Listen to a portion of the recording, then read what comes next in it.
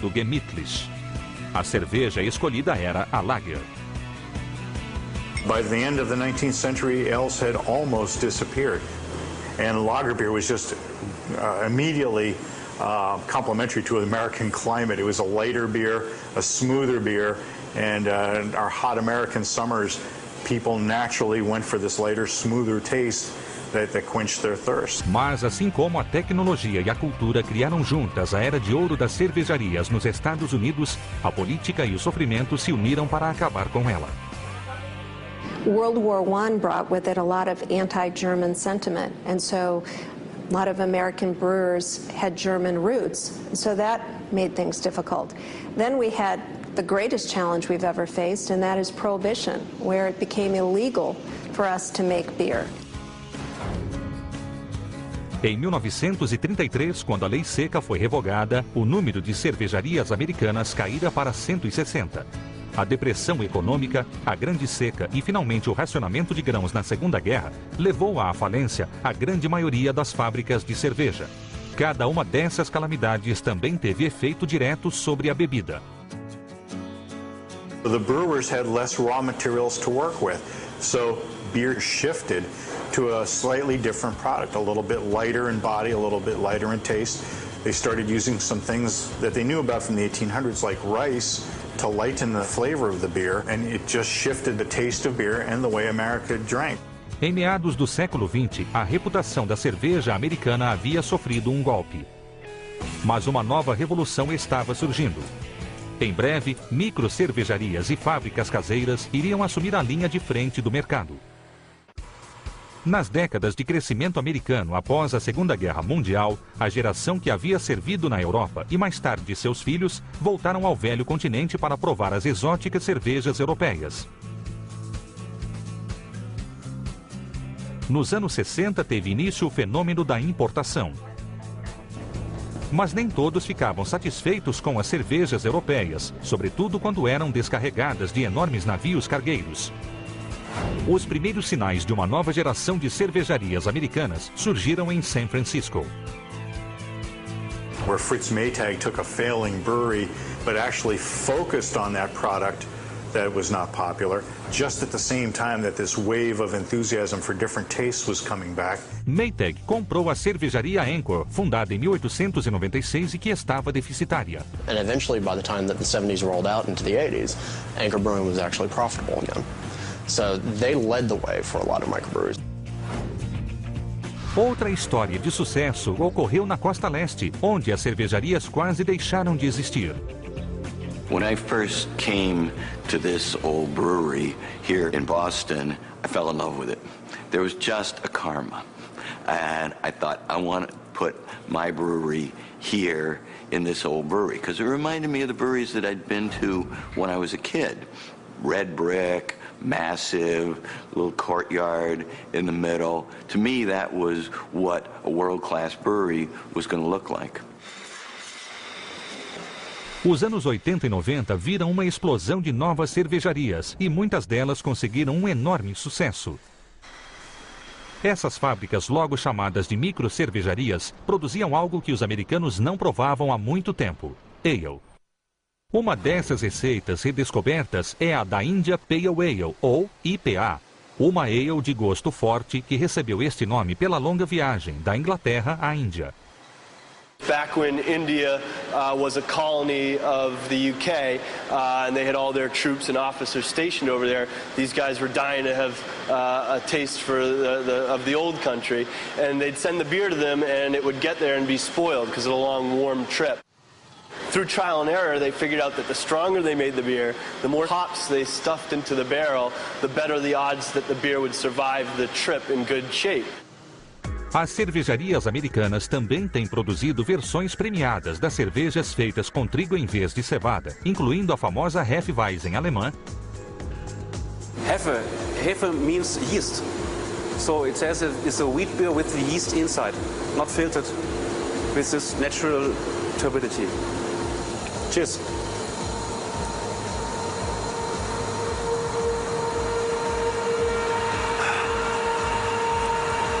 Very good. E a cerveja Lambic belga.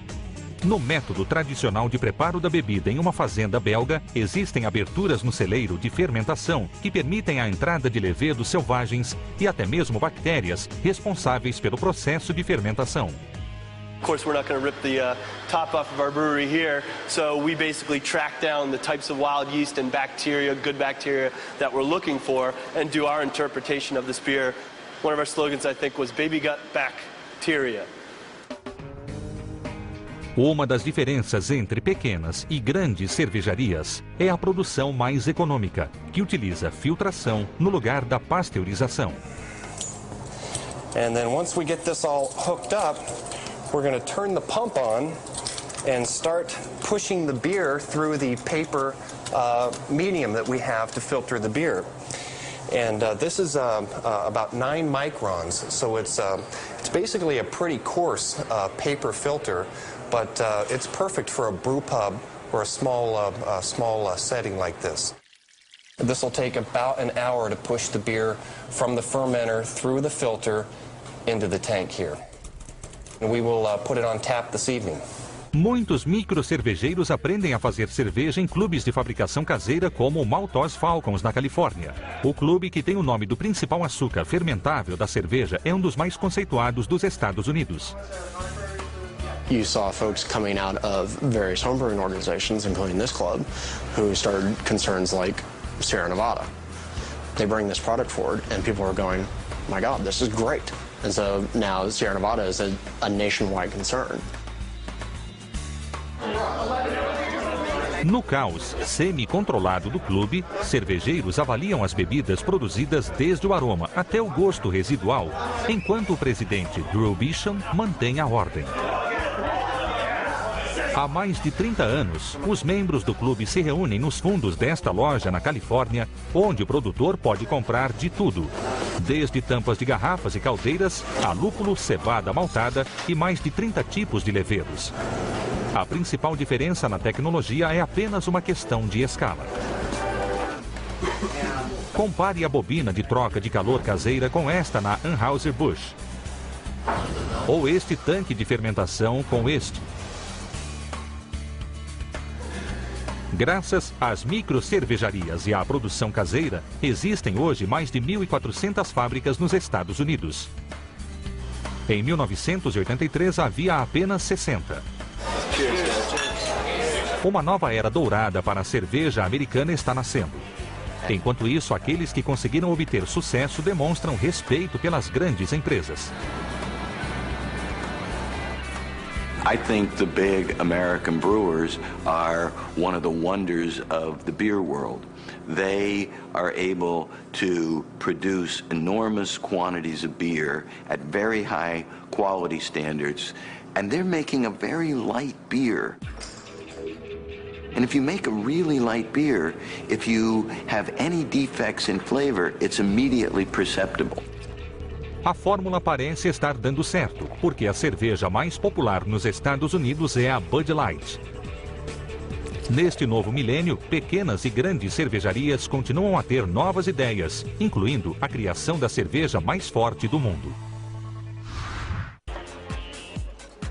Atualmente, a indústria da cerveja está mais do que otimista.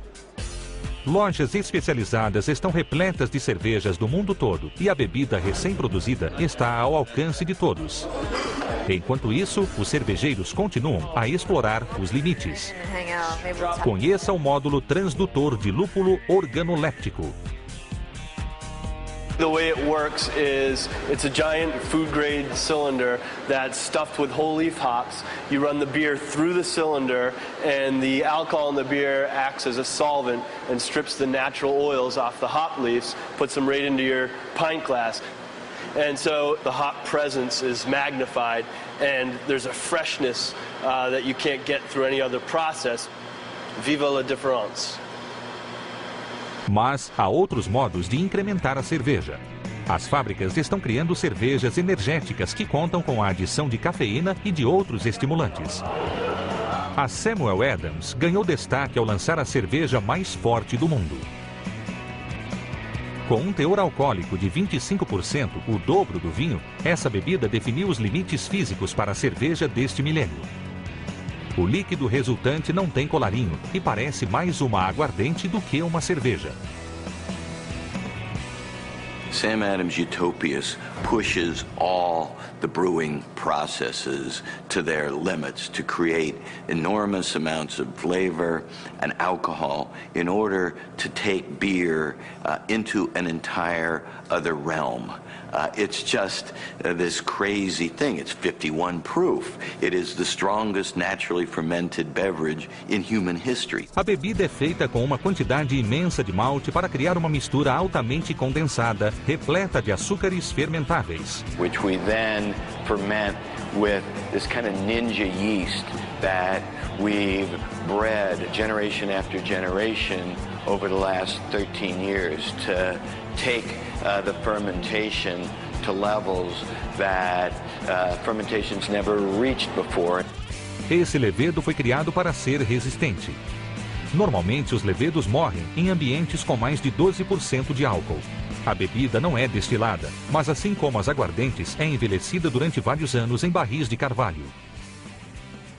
Because Samuel Adams Utopias is naturally fermented to reach these alcohol levels and not distilled, we put into the drink all of the fermentation, esters, flavors, and aromas.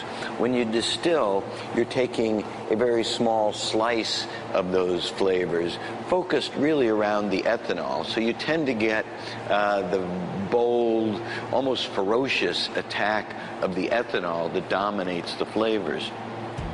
Every time we do a new release of Utopias, we are tasting flavors that no brewer has ever created and no brewer has ever tasted. At that moment, you almost feel the link with the ancient Mesopotamians and the medieval monks that were chanting as they enjoyed their double bock. At that moment, we feel this link with 6,000 years of brewing history. Para fabricantes e consumidores, esse é um grande momento. Com milhares de anos de cervejas para serem descobertos, o que era antigo voltou a ser novo.